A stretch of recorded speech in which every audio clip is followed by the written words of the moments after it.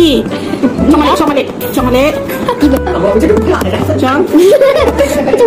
Nak yang mana? Nak masih mana? Orang nak ni. Budak ni nak ni. Okay, ada satu lagi blind box, kita terus unboxing je. Tapi ni janganlah. Ni tak boleh. Kita nak unboxing ni. So kita akan tukar-tukar, korang boleh pilih nak buka mana satu dulu. Buka apa ni? Nak ni ke nak ni? Nak ni. Jom mari sini kita. Ni. Anak ibu dah akan ambil ni. Ni. Okay, jom. Ricky nama dia. Ni Ricky. Jom Malik. Jom. Budak-budak. Nak yang mana? Nak masih mana? Orang nak ni. Budak ni nak ni. Ada nak ni? Ni. Nak unboxing ni. Okay, so jom kita tengok apa yang ada kat dalam ni. Kemungkinan akan dapat yang ni dan satu secret. Saya tak tahu kalau dapat secret rezeki. Kalau tak ada dapat ni lah. Ada 6 ni. So mari buka. Kita tengok. Okay, macam sini. Tak ada tu.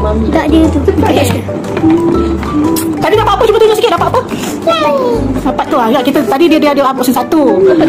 Buka lah. Dia siap ni. Dia gantung dekat seluar dia. Tak nak bagi Mahir dia ambil. Dia gantung. Dia ikat. Astagfirullah. So dia dapat ni. Tada. Ni dapat tu mata. Yang ni yang bawah ni. Lepas tu kakak dia dapat yang ni. Tada. Ni pun dua mata. Nampak tak? So ada satu lagi. So kita minta Haura buka. Kita tengok. Mari kita baca. Dah pandai. Tak macam cuy.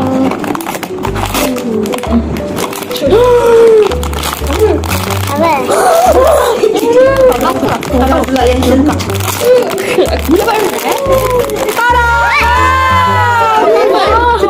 Dia ada dua mata tak? Okey, ni satu mata. Ni satu mata. Okey, ni satu mata dia dapat ni. Tara, sotong ke ni?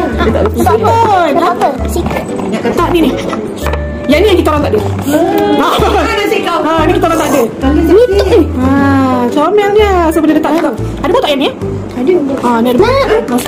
Nak. Ada ke? Ada bau? Tak ada dah. Ni je yang ada bau. Yang baru ni jenis yang ada bau, ada yang tak ada bau. Hari tu yang ni sepatutnya semua ada bau tau. Yang ni yang jenis terbaru. Nampak dia macam besar sikit tau. Tada. So yang ni baca caption kalau korang nak beli, nak buat hadiah, better korang beli satu set. Bila satu set dia lebih murah. Make sure claim voucher dapat murah lagi. So tengok ni dapat 3 ni. Boleh tak simpan. Saudara boleh letak dekat. Tapi itulah Iman cakap boleh bawa pergi sekolah. Iman nak bawa pergi sekolah boleh. Tak kena curi. So baca caption. Bye. Mana kucing tadi? Kucing hilang.